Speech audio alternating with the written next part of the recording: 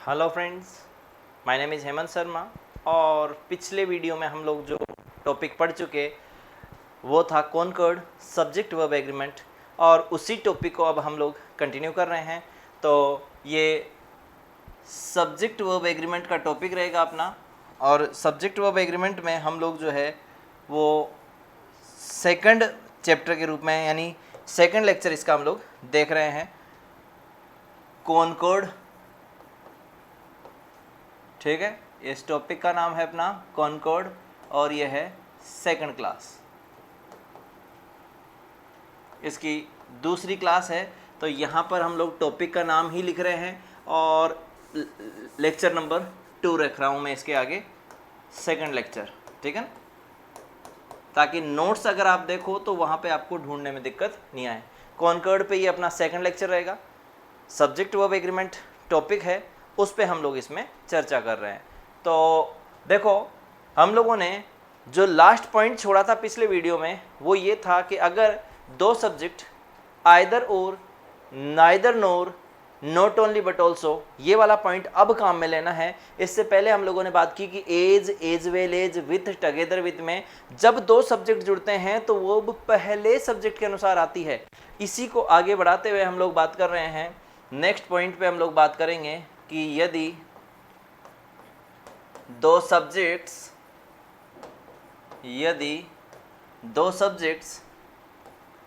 Either और, neither NOR,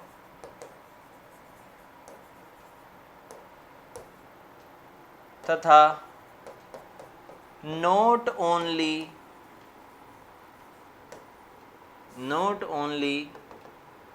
but also say जुड़े हैं, बट ऑल्सो से जुड़ने पर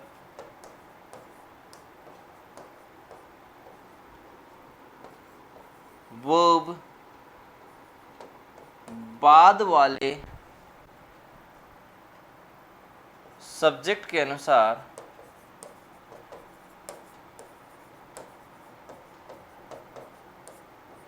आती है।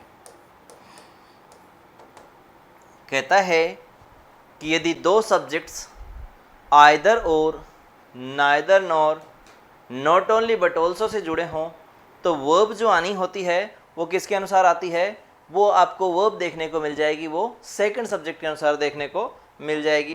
वो कैसे होगा वो देखते हैं हम लोग, उसकी बात करते हैं। देखेगा, जैसे यहाँ सेंटेंस लिखता है कि आइदर यू और I be responsible for making all these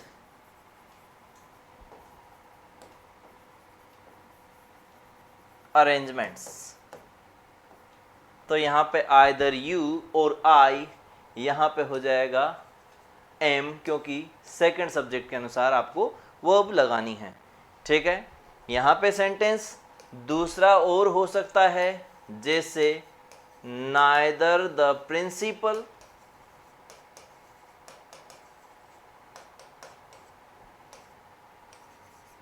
nor the teachers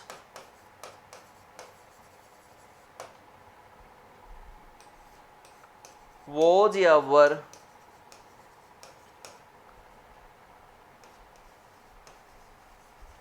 present when the guardians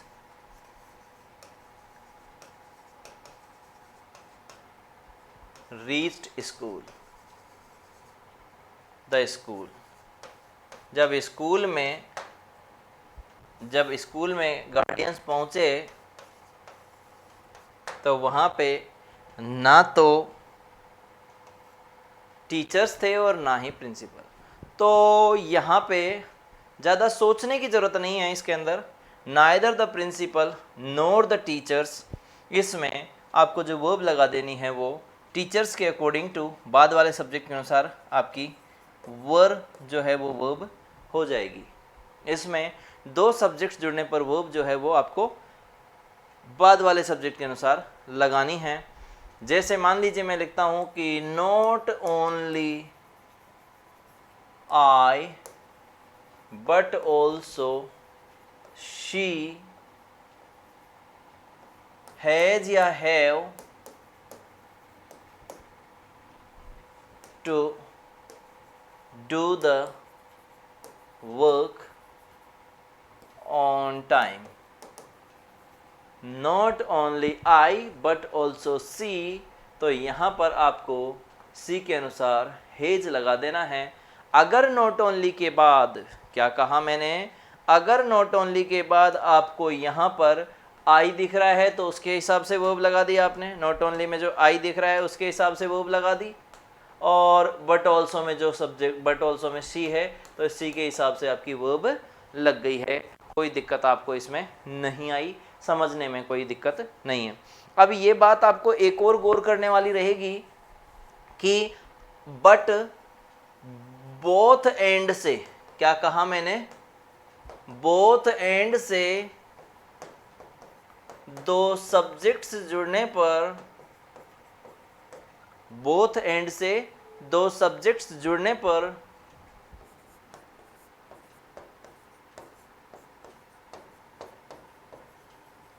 verb हमेशा प्लूरल आती है।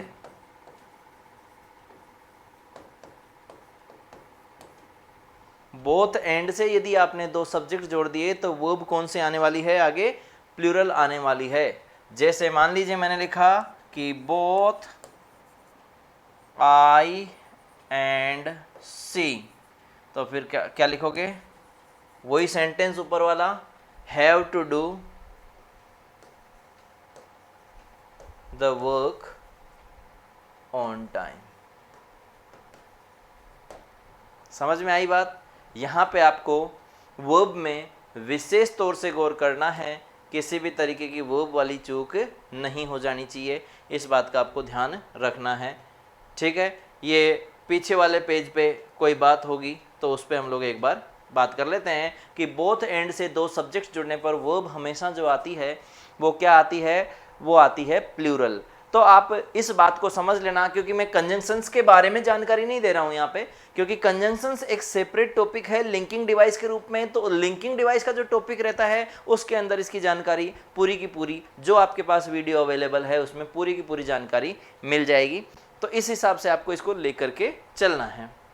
अब यहाँ पर और कोई एग्जाम्पल अगर आपको दिखता हो तो ले सकते हो, नहीं तो हम लोग इसको लिखेंगे। जैसे आपने लिखा कि neither he nor they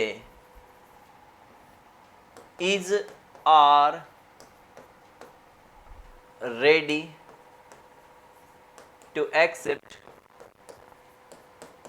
the challenge. तो यहाँ पर दे के हिसाब से आर आ जाएगा। अगर मैं कहता हूँ कि नॉट ओनली, या अब इसमें बार बार लिखने से कोई फर्क पड़ेगा नहीं, वैसे लिखना चाहो तो लिख सकते हो, लेकिन अब जितने भी सेंटेंसेस लिखोगे वो सेंटेंसेस बस ये मान के चलिए कि आपको एग्जाम्पल्स ज़्यादा दिखते चले जाएंगे, लेकिन सेंटेंस में यहाँ पर विशेष जो बात है वो समझा दी कि सेकंड सब्जेक्ट के अनुसार वर्ब आनी चाहिए। और दोस्तों आप लोग आराम से इस सेकंड सब्जेक्ट वाली वर्ब को जो है कर पा रहे हैं, कोई दिक्कत मुझे लगता नहीं कि इसमें कोई दिक्कत आपको आएंगी। अब आगे वाला पॉइंट हम लोग डिस्कस करते हैं। आगे वाला पॉइंट जो है वो ये है कि अगर आप चाहें तो इसमें जो आगे वाला जो पॉइंट है उस पर अगर हम लोग बात करें तो वो ये रहेगी कि देखो हम लोग यहाँ कह सकते हैं कि यदि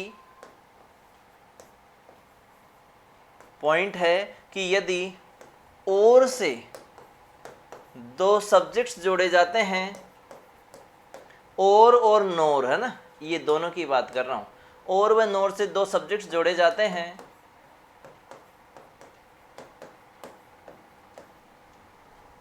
तो वर्ब इनके नजदीक, यानी कि इनके बाद वाले, नजदीक से मतलब बाद वाले सब्जेक्ट के अनुसार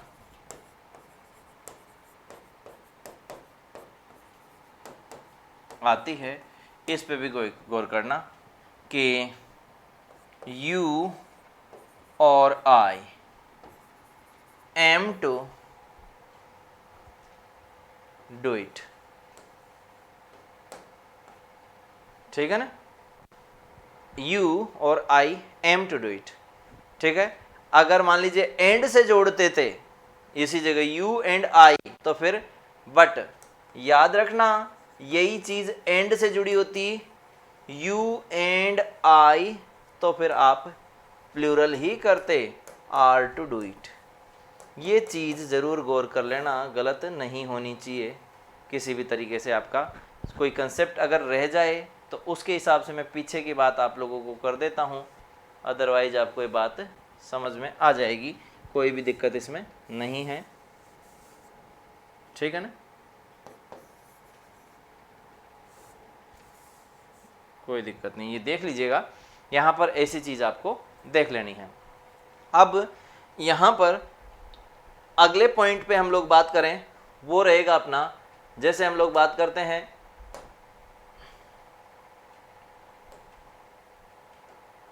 हाँ देखो, अब हम लोग इस पे नेक्स्ट पॉइंट पे बात कर रहे हैं, वो ये कि आइदर मतलब और से और नोर से दो सब्जेक्ट जोड़ दिए। अब देखो इसमें अगला पॉइंट है वो ये कि यदि दो सब्जेक्ट्स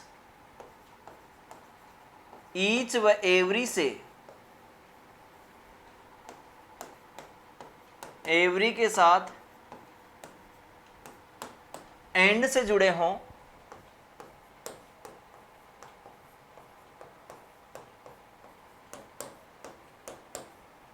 तो वर्ब सिंगुलर ही आती है। भाई एंड से जुड़ने पर प्लूरल होता है ना सामान्यतया, लेकिन अगर ईच और एवरी से जुड़े हों तो अपने को ज़्यादा समस्या होनी नहीं चाहिए। हम लोग इसमें वर्ब जो रखेंगे वो कौन सी रखेंगे, सिंगुलर ही रख लेंगे, कोई दिक्कत इसमें हम लोग नहीं, ज़्यादा प्रॉब्लम हमें नहीं आती है। इसके अलावा अगर आप देखना चाहें कि जैसे यहाँ सेंटेंस लिखता है each boy and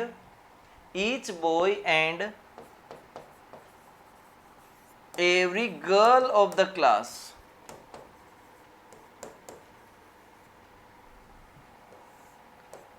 is or are मैंने ऑप्शन में दिए, रेडी टू सेक्रीफाइस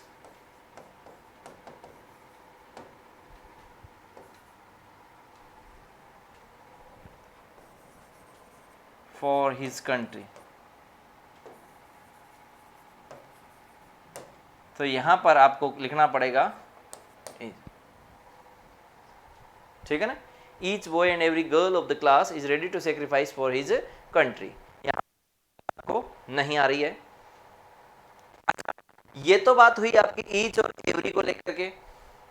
इसके अलावा और भी बात हम लोग इसमें कर सकते हैं, जैसे सेंटेंस है अपने सामने, वो देखो कि each doctor and every nurse of this hospital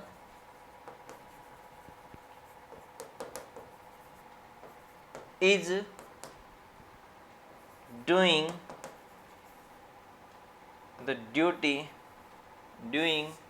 his duty properly। यहाँ पे ये भी एक बात है सेंटेंस के अंदर कि ईच और एवरी से लिखा है और वर्ब आप लोगों को सिंगुलर लगानी है, कोई दिक्कत किसी को भी नहीं होगी मेरे हिसाब से। इसमें भी हम लोग समझ पाए होंगे चीज़ों को। चलिए अब इससे आगे की बात करते हैं थोड़ा सा, और इसमें एक बार के लिए ये जो बैकग्राउंड है जिस पे हम लोग और चेंज कर लेते हैं ज़रा सा। देखो यहाँ पर हम लोग बात कर रहे हैं, वो देखो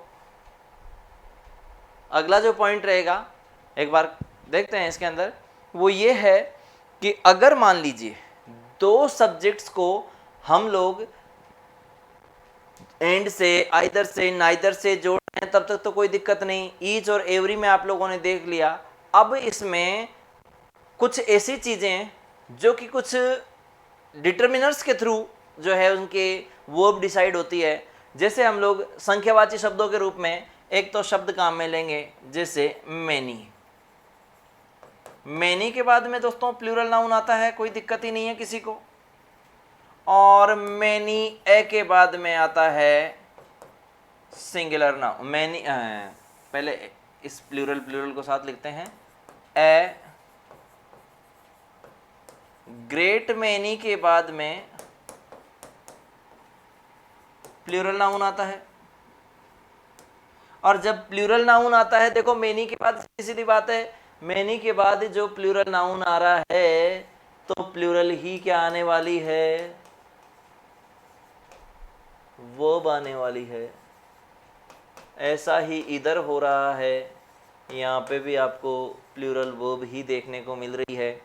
लेकिन इसी जगह अगर मान लीजिए आपने लिखा मैनी ए भी हो सकता है और एन भी हो सकता है, तो इसके बाद में आपको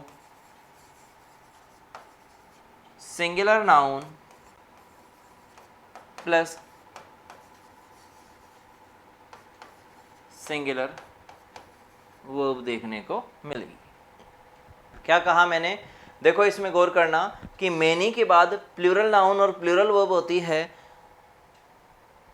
ए ग्रेट मैनी यानी भी होते हैं बहुत सारे, इसके बाद भी plural verb.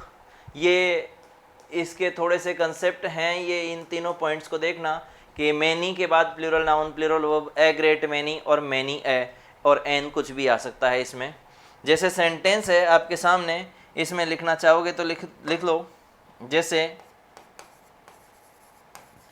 Many a man, फिर लिखता है want या फिर wants to be rich in no time। ये आपका क्वेश्चन है और इसमें अगर आपको आंसर लिखना पड़ेगा तो वो आपका wants सही हो जाएगा। Many a man wants to be rich in no time, ठीक है ना। मैनी ए के बाद सिंगुलर नाउन आया और वर्ब कौन सी आ जाएगी, सिंगुलर। जैसे सेंटेंस है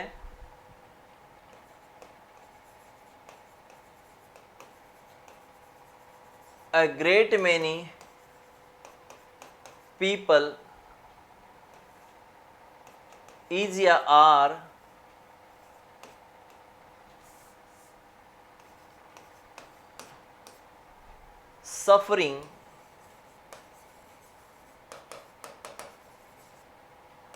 suffering from COVID-19।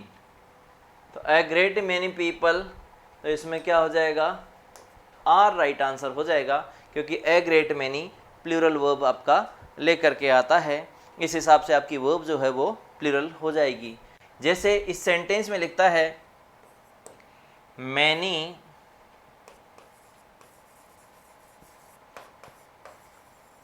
People, plural noun है, have lost their jobs due to COVID-19। इसके अंदर भी मैनी पीपल हैव, तो यहाँ पे हो जाएगा आपका वर्ब हैव हो जाएगा। तो आप समझ पाएंगे मेरी बात को कि मैनी के बाद में आपका नाउन जो आना चाहिए वो प्लूरल आना चाहिए, मैनी ए के बाद सिंगुलर आना चाहिए। किस तरीके से आपको कौन कौन सी वर्ब को तय करना है ये बात आपको समझ में आ गई होगी। तो दोस्तों यहाँ पे आप लोग इस डिटर्मिनर से संबंधित जो चीज़ें हैं इसमें और कुछ भी चीज़ों को ऐड करते हुए चलेंगे, जिसमें एक है अपने पास में जैसे मोर देन वन। इस मोर देन वन के बाद में आपको, क्योंकि वन है इसलिए सिंगुलर नाउन आएगा। और जब नाउन सिंगुलर है तो फिर सीधी सी बात है आपकी सिंगुलर ही वर्ब आएगी। लेकिन मोर देन टू, तो टू के बाद बात सीधी सी है कि प्लूरल नाउन आएगा प्लस प्लूरल वर्ब आएगी। ठीक है, प्लूरल नाउन और प्लूरल वर्ब आ जाएगी इसके अंदर। लेकिन इस जगह मोर के जस्ट बाद नाउन लिखना पड़े तो मोर के बाद प्लूरल नाउन लिखना।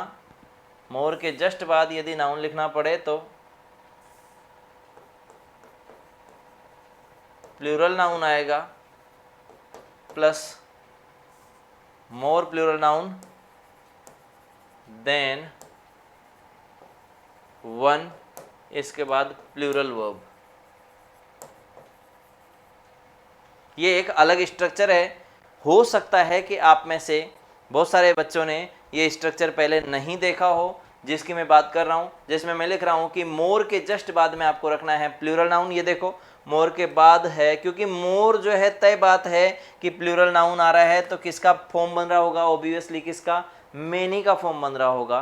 तो इस हिसाब से मोर के जस्ट बाद प्लूरल नाउन लिखा और देन वन। तो देखो इधर इसकी एग्जाम्पल्स से बात समझ में आ जाएगी। क्वेश्चन है मोर persons then one were, more persons than one were found guilty। एक से ज़्यादा व्यक्ति दोषी पाए गए। more persons than one were found guilty, यहाँ पे मैंने वर्ब लिख दी वर, क्योंकि more के जस्ट बाद में जो नाउन आना है वो प्लूरल आ रहा है तो उसके हिसाब से प्लूरल वर्ब आएगी। ये सेंटेंस होता अगर यहाँ पे more than वन स्टूडेंट, तो वॉज या वर ये अलग लग सकता है आपको, थोड़ा सा इसमें आपको परेशानी भी आ सकती है। यहाँ पे बी का मतलब ईजेमार भी हो सकता है, तो यहाँ पे हम लोग इसमें देख लेंगे एब्सेंट टुडे, तो अब इसमें इज आ जाएगा, more than one student is absent today. और एक इसका सेंटेंस है मोर देन टू, सीधी सी बात है टू है तो मोर देन टू कैंडिडेट्स, वर ही आने वाला है, एलिजिबल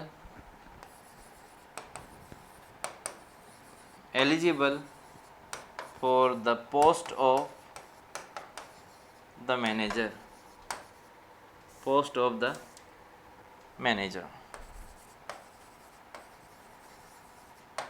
मैनेजर की पोस्ट के लिए एक से ज़्यादा लोग जो हैं वो एलिजिबल हैं। तो यहाँ पर आपको सारी बात समझ में आ गई होगी। जो चीज़ मैंने कही कि मोर देन टू कैंडिडेट्स, तो मोर देन टू के बाद में आपका प्लूरल नाउन आ रहा है तो वो भी कौन से आने वाली है, प्लूरल आने वाली है। तो ये हुआ दोस्तों मोर देन वन और मोर देन टू से संबंधित जो भी पॉइंट थे उनके बारे में हम लोगों ने चर्चा की है। अब देखो इसमें हम लोग बात कर रहे हैं जो थोड़ा सा और विचार करेंगे और कौन कौन से पॉइंट्स हैं जिनको हम लोग लेकर के चल सकते हैं। तो देखो इसमें आगे और डिटर्मिनर्स वाली बात करें। देखो इधर डिटर्मिनर से संबंधित है, जैसे ए नंबर ऑफ होता है, इसके बाद में प्लूरल नाउन आता है, ए नंबर ऑफ के बाद में प्लूरल नाउन आता है, लेकिन साथ में प्लूरल ही क्या आती है, वर्ब आती है। प्लूरल नाउन और प्लूरल वर्ब आती है। जबकि दी नंबर ऑफ जब आता है, क्या दी नंबर ऑफ आता है तो इसके बाद प्लूरल तो नाउन आता है लेकिन सिंगुलर वर्ब आती है।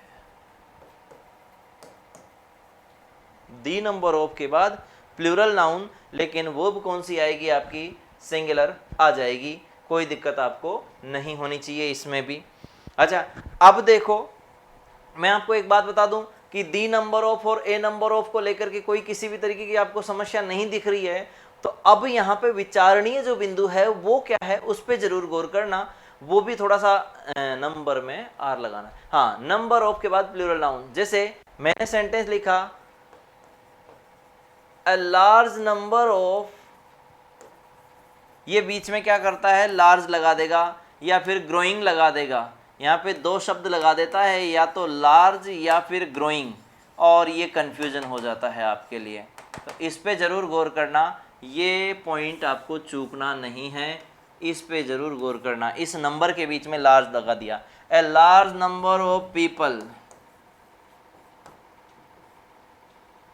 ए लार्ज नंबर ऑफ, जैसे गर्ल स्टूडेंट्स,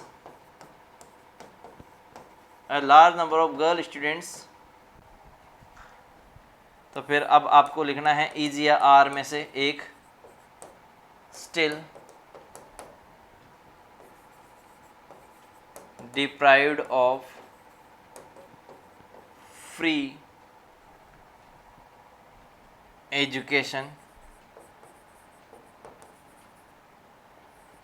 फ्री एजुकेशन से बहुत सारी लड़कियां हैं जिनको अभी भी मुफ्त में शिक्षा नहीं मिल पाती है, तो इसमें लिखोगे आप लोग a large number of girl students are, आपकी वर्ब क्या आ जाएगी इसमें, ए लार्ज नंबर ऑफ के कारण से प्लूरल आ जाएगी। क्या आ जाएगी इसमें, प्लूरल वर्ब आ जाएगी। अच्छा, यहाँ पे यही सेंटेंस होता, इसमें हम लोग लिखते the large number of, the large number of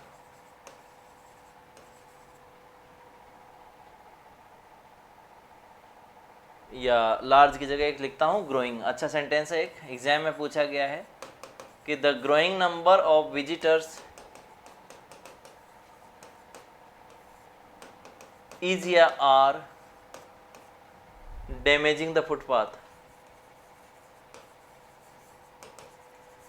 damaging the footpath, visitors की बढ़ती संख्या फुटपाथ को नष्ट कर रही है। ये एक प्रश्न पूछा परीक्षा में कि the growing number of visitors is damaging the footpath या आर डैमेजिंग द फुटपाथ, और क्वेश्चन लोगों का गलत भी हुआ तो उसके पीछे कारण था the growing number of visitors. यहाँ पे आपको इज का प्रयोग सही करना था, क्योंकि दी नंबर ऑफ जब आता है तो वर्ब आपको सिंगुलर लगानी होती है। दी नंबर ऑफ के साथ जो वर्ब आती है वो कौन सी आती है भाई, दी नंबर ऑफ के साथ में वर्ब आएगी सिंगुलर। ऐसा ही आप लोग एक दो और चीज़ें हैं जिन पे याद रखना, जैसे ए वेराइटी ऑफ, इसके बाद में आपको प्लूरल, ए वेराइटी ऑफ के बाद में plural noun plus plural verb, और द वेराइटी ऑफ, इसके बाद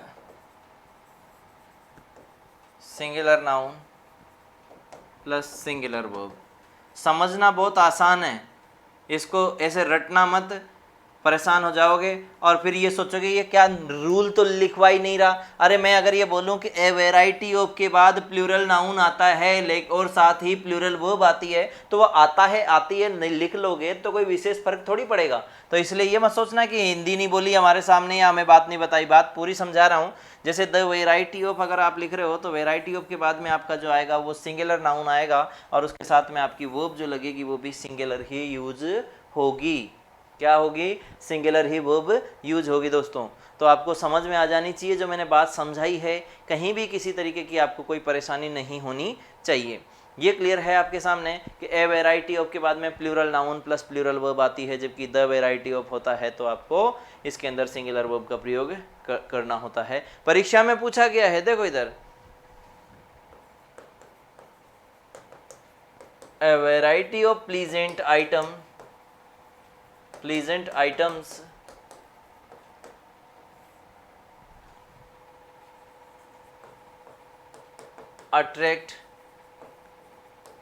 attracts everyone।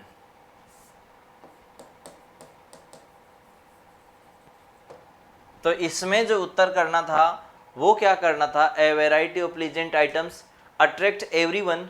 तो यहाँ पे आपका आंसर जो है वो अट्रैक्ट हो जाएगा। कारण है इसके पीछे a variety of, a variety of आता है तो प्लूरल वर्ब लगानी होती है।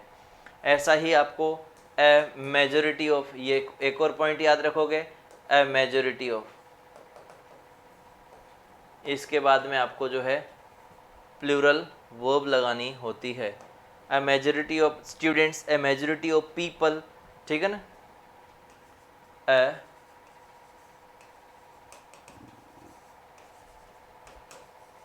People do not want him to be,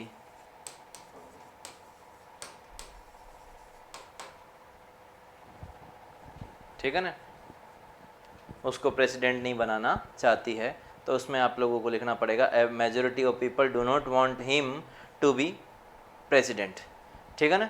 तो यहाँ पे आपका राइट आंसर हो जाएगा डू नॉट से। तो ये बातें आपको इसके अंदर, ये सारी की सारी डिटर्मिनर से रिलेटेड हो गई। अब इसके बाद में जो बातें होती है वो नाउन से रिलेटेड रहेंगी। एक तरीके से हम लोग नाउन के अंदर बात करेंगे, जो नाउन से संबंधित संख्याओं को, नाउन से संबंधित जो संज्ञाएं हैं जिनकी से क्वेश्चंस कैसे बन सकते हैं, उन पे हम लोगों को बात करनी है। क्योंकि प्रोनाउंस पे हम लोग जो है ऑलमोस्ट बात कर चुके। अब तो बात आती है कुछ ऐसे नाउन की जो परेशानियाँ वास्तव में बन करके आते हैं सब्जेक्ट वर्ब एग्रीमेंट के टॉपिक के अंदर। अब कौन कौन से चीज़ें हैं नाउन में जिनको आपको यहाँ पे डिस्कस करना है, कौन कौन सी चीज़ें हैं जो आपके लिए परेशानी बन करके आएंगी, उन सब चीज़ों को भी आपको एक बार के लिए विचार करना पड़ेगा। जैसे आप देखो इधर ये है कि किसी, जैसे मैं लिख रहा हूँ, किसी प्लूरल नाउन को प्लूरल नंबर को, ठीक है ना, मतलब संख्यावाची शब्द जिसको आप लोग कहते हैं, को किसी यूनिट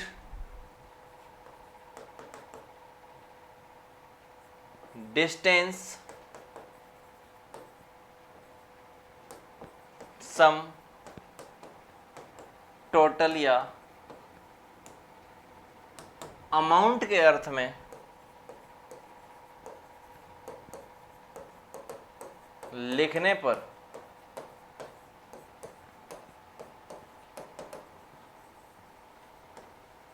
सिंगुलर वर्ब आती है। जैसे सेंटेंस लिखा 10 miles a long distance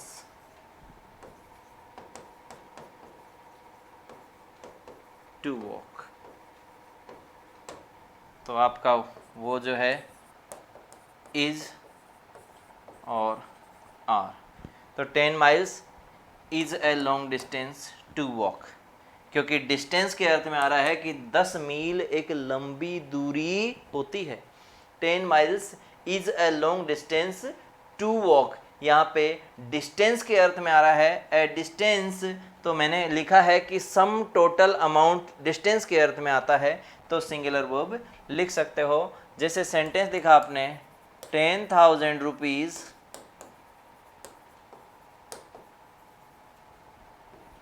is are a big amount for this old scooter, 10,000 रुपये इस पुराने स्कूटर के लिए एक बड़ा अमाउंट है। तो 10,000 rupees is a big amount for this old scooter, अपने को क्या वर्ब लगानी पड़ेगी, इज़, ठीक है ना। अगर यहाँ पे बट, इसी जगह मैं कहता हूं 10,000 रुपीज़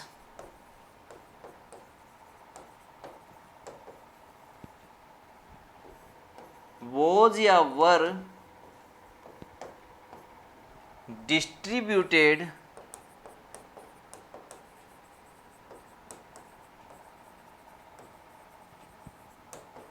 among the students।